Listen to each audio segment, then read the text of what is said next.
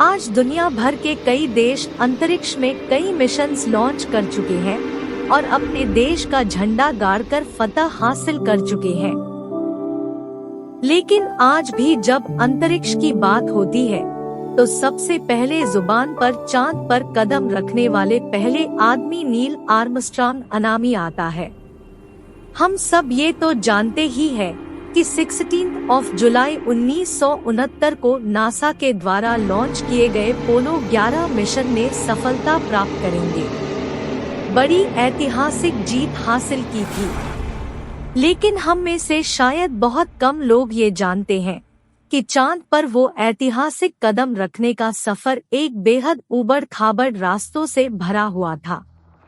तो चलिए जानते हैं आज की हमारी इस वीडियो में कि आखिर अपोलो 11 मिशन पर भेजे गए एस्ट्रोनॉट्स के साथ ऐसा क्या हुआ था जिससे आज भी कई लोग अनजान हैं। आज की वीडियो काफी इंटरेस्टिंग होने वाली है, तो इस वीडियो को अंत तक जरूर देखना। 20 जुलाई 1969 यानी 52 साल पहले इसी दिन इंसान ने चांद पर अपना पहला कदम रख के इतिहास बनाया था और भविष्य में अंतरिक्ष तक पहुंच की संभावनाओं के दरवाजे खोल दिए थे। नासा द्वारा लॉन्च किया गया अपोलो 11 दिन 21:31 तक चांद की सतह पर रहा और 24 जुलाई 1969 को वापस धरती पर लौट आया। हम में से ज्यादातर लोग सिर्फ इसी कहानी के बारे में जानते हैं। लेकिन दोस्तों, जैसा कि हमने कहा कि चांद पर गए 3 एस्ट्रोनॉट्स नील आर्मस्ट्रांग, एडविन बस ऑल्ड्रिन और माइकल कॉलिंस के साथ कुछ ऐसा हुआ था जिसके बारे में बहुत कम लोग जानते हैं। इस हादसे के बारे में जानने से पहले आइए घड़ी की सुई को पीछे करते हैं और चलते हैं 16 जुलाई 1969 के नासा के ऑफिस में, जहां सभी की धड़कन तेजी से धड़क रही थी क्योंकि कुछ ही समय में अपोलो 11 पृथ्वी को छोड़कर अंतरिक्ष की तरफ जाने वाला था। अंतरिक्ष पर जाने वाले तीनों एस्ट्रोनॉट्स की भी धड़कनें थमी हुई थी। जैसा कि आप में से कई लोग जानते ही होंगे कि माइकल कॉलिंस बतौर पायलट अपोलो 11 मौजूद थे, वहीं नील आर्मस्ट्रांग और एडविन बज एल्ड्रिन चांद की जमीन पर उतरे थे। आखिरकार 832 को अपोलो 11 को कैनेडी स्पेस सेंटर कॉम्प्लेक्स 39 से लॉन्च किया गया और तीनों एस्ट्रोनॉट्स की अंतरिक्ष की यात्रा शुरू हो गई। मैं इस 4 दिनों बाद ये चांद की सतह के बिल्कुल पास पहुंच चुका था। जिन स्लू रार मॉडल से नील आर्मस्ट्रांग और एडविन वॉज ऑलरेडी चांद तक पहुंचे, उसे ईगल नाम दिया गया था। जब सबको लगी रहा था कि सब कुछ प्लान के मुताबिक चल रहा है, तो अब ये तीनों एस्ट्रोनॉट्स के सामने ये बात आई कि कोई अज्ञात कारण की वजह से ईगल निर्धारित समय से 4 सेकंड से आगे चल रहा था। इसका मतलब यह था कि अब ईगल निर्धारित स्पॉट के बजाय किसी और ही जगह पर करने वाला था, जिसका परिणाम घातक भी हो सकता था। आप ही सोचिए, हम तो किसी अनजान जगह पर कहीं हम हो जाए तो भी पैनिक होने लग जाते हैं। तो ये तो चांद पर उतरने के बाद थी। जांच चाहकर भी धरती से वो अब किसी भी प्रकार की ज्यादा मदद नहीं ले सकते थे। अब अंतरिक्ष यान और चांद की दूरी महज कुछ ही किलोमीटर्स की बची थी। अभी तो इन तीनों आंसू नोट्स के डर के मारे पसीने छूट ही रहे थे कि अचानक एक और मुसीबत ने दस्तक दे दी। दरअसल अपोलो गाइडेंस कंप्यूटर, जो कि बहुत ही ज्यादा अहम था, उसने अचानक एरर को 1202 स्प्रे किया। आप ये एरर कोड क्या था और क्या हुआ था, इसकी जानकारी किसी भी एस्ट्रोनॉट्स को नहीं थी। ऐसे में नील आर्मस्ट्रांग ने तुरंत इसकी जानकारी धरती पर दी, लेकिन उन्होंने कहा गया कि वो को नजरअंदाज कर अपने मिशन में आगे बढ़े। हालांकि बाद में यह बात सामने आई कि रिटायर सिस्टम से ज्यादा कमान आने की वजह से कंप्यूटर सिस्टम ओवरलोड था और एरर को डिस्प्ले कर रहा था।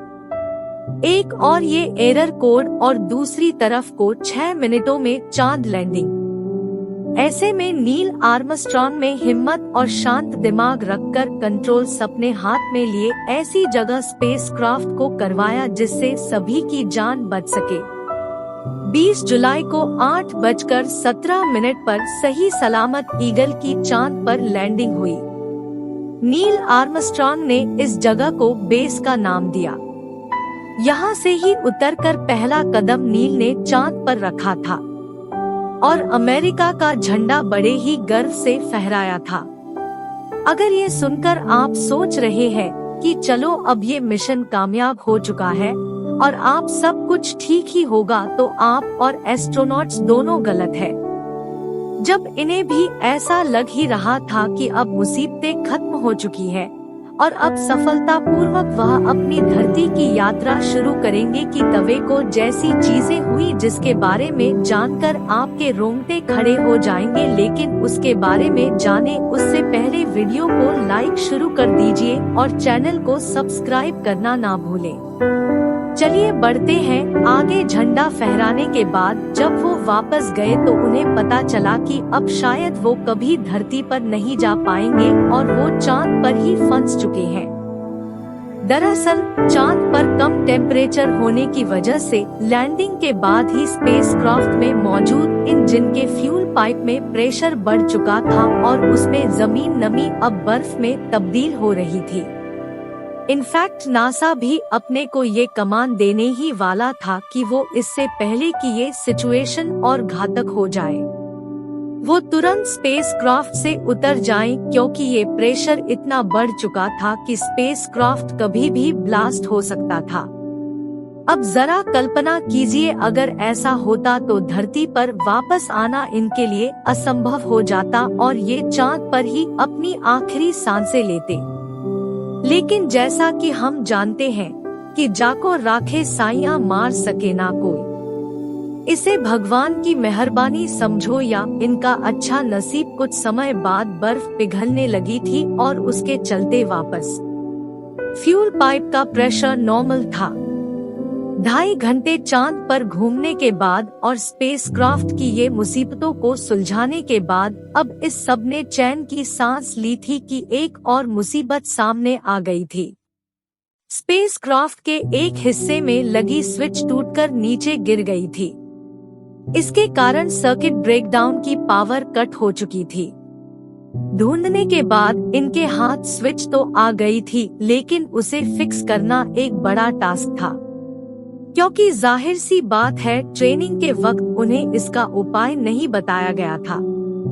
किसी ने सपने में भी ऐसी गड़बड़ होने के बारे में नहीं सोचा था। ने इस समस्या से बाहर निकलने के लिए कई प्रयास किए, लेकिन कोई सकारात्मक परिणाम ना देखते हुए उसने एक देसी जुगाड़ अपनाने का सोचा और पेन को इस छेद में डाला जहां से वो स्विच टूट गया था। 6 घंटे की मेहनत जो काम नहीं कर पाई थी वो महज अब 1 मिनट में ही सिर्फ एक पेन ने कर दिखाया था। अब वो घड़ी आ चुकी थी जब एस्ट्रोनॉट्स को धरती के लिए रवाना होना था। प्लान ये था कि कोलंबिया विमान जिसकी मदद से उन्हें वापस धरती बना रहा था उसमें मौजूद 2 मॉडल्स, पहला कमांड मॉड्यूल जिसमें एस्ट्रोनॉट सवार थे और दूसरा सर्विस मॉडल जिसमें चांद की सतह से लाया गया विमान का, बाकी उन्हें कोलंबिया की धरती में आते ही अलग अलग डायरेक्शन में जाना था ताकि दोनों आपस में क्रैश ना हो। लेकिन यहाँ भी इनकी किस्मत ने उन्हें एक और चुनौती दी। दोनों मॉडल्स अपोजिट डायरेक्शन के बदले एक के पीछे एक तेज रफ्तार से बढ़ने लगे। अगर ये एक दूसरे से ज्यादा करीब भी आ जाते तो भी एक बड़ा धमाका होना लाजमी था। लेकिन इतनी तेज रफ्तार से नीचे की ओर आने के बावजूद ऐसा कुछ नहीं हुआ और दोनों ने बड़े ही आराम से प्रशांत महासागर में 24 जुलाई 1969 को लैंडिंग की और मिशन को बनाया। आज जब हम इस कामयाब मिशन की बात करते हैं तो ज्यादातर हमारी जुबान पर और ज़हन में ये 3 एस्ट्रोनॉट्स खासकर नील आर्मस्ट्रॉन्ग या आता है। लगे दोस्तों, हम आपको बता दें कि इस मिशन को कामयाब बनाने में न सिर्फ नासा बल्कि दुनिया भर के 40,000 लोगों ने अपनी भूमिका निभाई थी। जहां एक और हमें अपोलो 11 के सक्सेसफुल मिशन इंटरनेट पर देखने को मिलती है। अरुण की ये मुसीबतों का सफर सुनने मिलता है। वहीं कई ऐसी स्टोरीज भी मौजूद है जो मून लैंडिंग का फेक पद आदि है। अगर आप चाहते हैं हम उस पर भी एक और वीडियो लेकर हाजिर हो तो इस वीडियो को ज्यादा से ज्यादा लाइक करें, इसे सपोर्ट करें। साथ ही हमारे चैनल को सब्सक्राइब कर लीजिए ताकि आप हमारी आने वाली हर वीडियो का लुत्फ उठा सकें। अगर आप हमारे वीडियो फेसबुक पर देख रहे हैं तो हमारे पेज को जरूर लाइक करें। वीडियो कौन तक देखने के लिए आपका बहुत बहुत शुक्रिया। हम जल्दी आज होंगे एक और नए वीडियो के साथ।